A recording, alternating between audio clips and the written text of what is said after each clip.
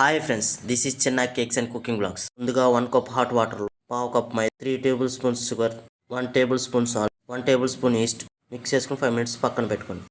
1 KG 2 cup hot water, 200 ml sugar, 100 ml milk add చేసుకోండి. 5 minutes తర్వాత 100 ml ఆయిల్తో ఈ మూడింటిని నీట్గా మిక్స్ చేసి పక్కన పెట్టుకోండి.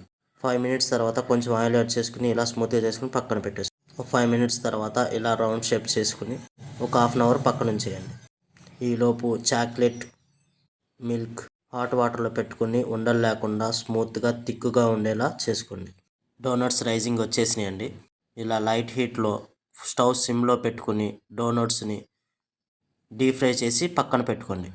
పక్కన పెట్టుకున్న డోనట్స్లో చాక్లెట్ ఫిల్ చేసేసి పైన షుగర్ పౌడర్ యాడ్ చేసుకోండి. అంతే, delicious donuts with chocolate fills ready. ఏమైనా డౌట్స్ ఉంటే కామెంట్ బాక్స్లో కామెంట్స్ చేయండి. Please like, share and subscribe.